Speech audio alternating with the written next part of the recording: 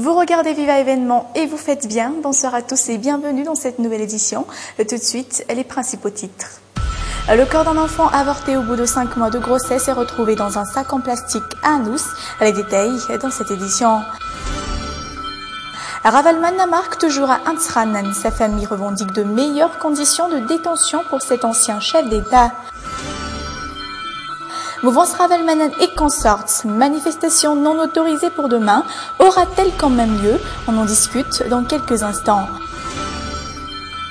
Et dans Viva Événement aujourd'hui, nous vous proposons un document inédit au cœur d'une forêt guinéenne où l'on combat quotidiennement de nouveaux cas d'Ebola.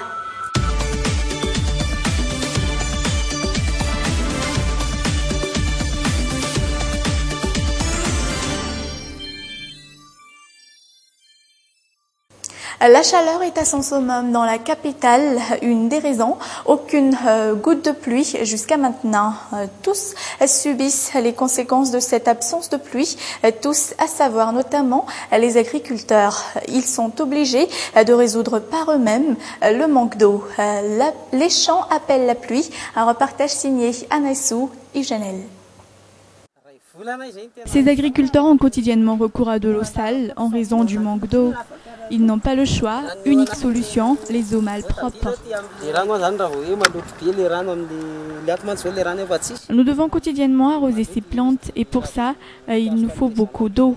Alors, puisqu'il n'y a pas suffisamment d'eau, nous sommes obligés de creuser et de puiser cette eau crasseuse. Dans ce champ, ils creusent quotidiennement jusqu'à 40 fois pour combler le manque d'eau. Un trou de 2 mètres suffit à peine à remplir 5 bidons d'eau.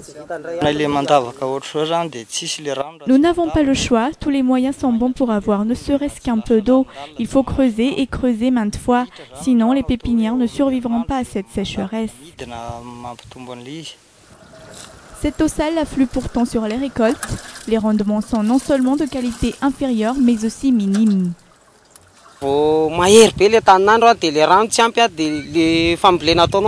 Les conséquences néfastes de cette eau malpropre concernent directement nos récoltes ainsi que nos rendements. La production, en plus d'être nettement en baisse, est aussi de très mauvaise qualité.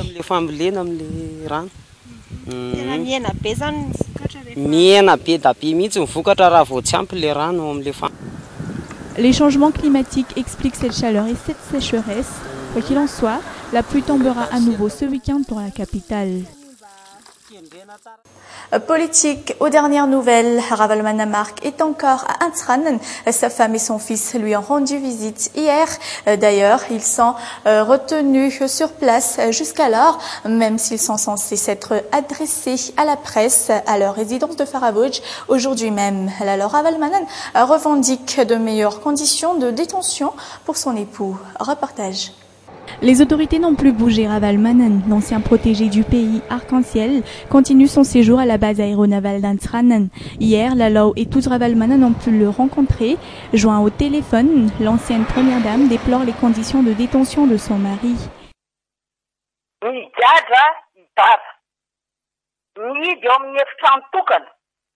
Mon époux est emprisonné, il est enfermé dans un tout petit espace sombre, il n'a même pas le droit de sortir prendre l'air.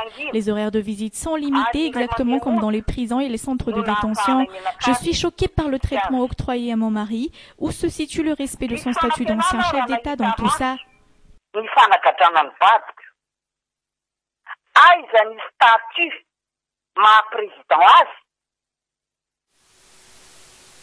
Un temps arrive, les membres de la presse attendaient une rencontre avec la famille Ravalmanen.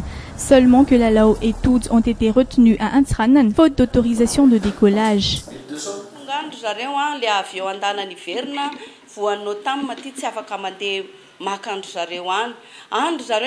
Cette délégation est toujours bloquée à Diego jusqu'à maintenant, alors qu'on ne leur autorise même pas à revoir le président. L'avion a été interdit de décollage à la dernière minute. Nous les attendions depuis ce matin.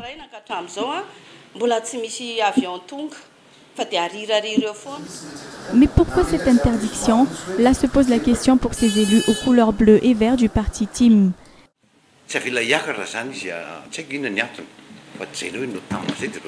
On leur interdit de rentrer dans la capitale. Nous ignorons tous pour quelles raisons exactement. Notam, c'est comme ça. Toutefois, ils devront tout simplement leur dire de se créer de nouvelles habitations à Antsranen. En attendant, ces députés maintiennent la pression pour la libération de leur patron.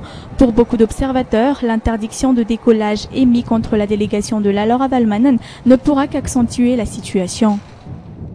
Et justement, la préfecture de la police d'Antananarive précise que les députés du TIC Madagascar devront obtenir l'autorisation de la commune urbaine avant d'effectuer une manifestation sur la place de la démocratie. D'ailleurs, ils sont encore dans l'attente de cette autorisation jusqu'à maintenant. La préfecture souligne également que l'aval ou non de la préfecture de police dépend de plusieurs paramètres. La préfecture ne peut donner son aval, sauf autorisation de manifester dans un endroit précis par la commune urbaine d'Antananarive. Les précisions.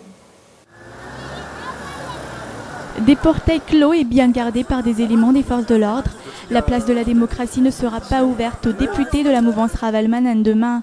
La préfecture de police d'Antananarive n'a délivré aucune autorisation. Ambozatou est toujours interdit à toute manifestation politique.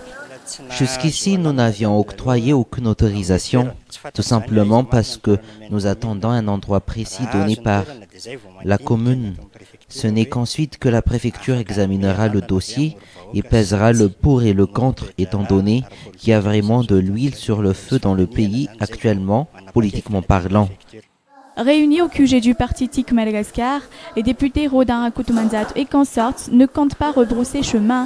Ils tiendront coûte que coûte une manifestation politique demain, un rapport d'activité, non seulement pour les irréductibles du Magro, mais également pour la population. Tout ce qu'on sait, c'est que ces comptes rendus auront lieu sur la place de la démocratie à Ambozatou. Un compte-rendu qui se focalisera sûrement sur le cas Ravalmanen, sa détention à Antsranen, mais aussi son traitement. Une manifestation qui pourrait également dégénérer en un déballage, celui de l'Alliance contre le Mapar à Tsimbazaz en mai dernier. Et la mouvance Ravalmanen prévoit donc une assemblée populaire pour demain à la demande des députés émanant du TIC Madagascar. Pourquoi? Paraît-il pour rendre des comptes aux partisans de l'ancien chef d'État, motif jugé non fondé par la plupart des Malgaches, au point où en sont les choses sur ce dossier. Retour en terre malgache de Ravalmanamark. Écoutons-les sur le micro d'Anaïsou.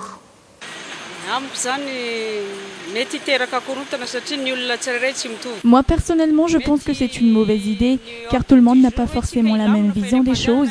D'autres voudront sûrement troubler l'ordre public. Une assemblée populaire ne résoudra rien. La meilleure chose à faire, c'est de discuter. Le dialogue est la seule solution à tout ceci.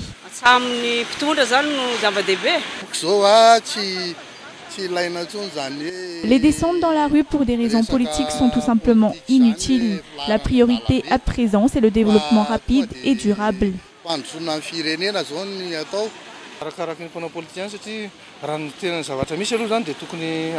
Nous sommes dans un pays libre, étant donné qu'il s'agit de la place de la démocratie, alors les citoyens devraient y avoir librement accès pour pouvoir s'exprimer.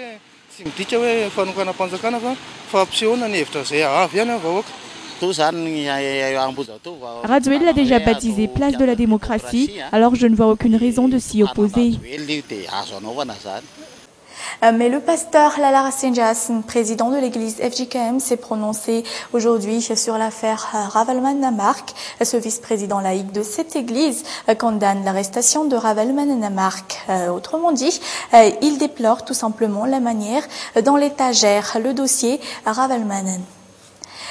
Et sur une toute autre forme d'actualité, je vous le disais dans les titres, le corps d'un enfant avorté, apparemment au bout de 5 mois de grossesse, emballé dans un sac en plastique, est constaté ce matin à Anous par une simple passante. Cette dernière a de suite prévenu la police. Mais le ministère de l'Élevage est descendu inspecter de près l'abattoir de Wundwurn aujourd'hui. L'établissement n'est autorisé à abattre quotidiennement que 60 zébus tout au plus, mais plus de 100 zébus y sont tués chaque jour. Point final de cette édition. Merci à tous de votre attention. Merci d'être restés avec nous jusqu'au bout. Prochain rendez-vous demain à la même heure. Excellente soirée en compagnie de Viva. Au revoir.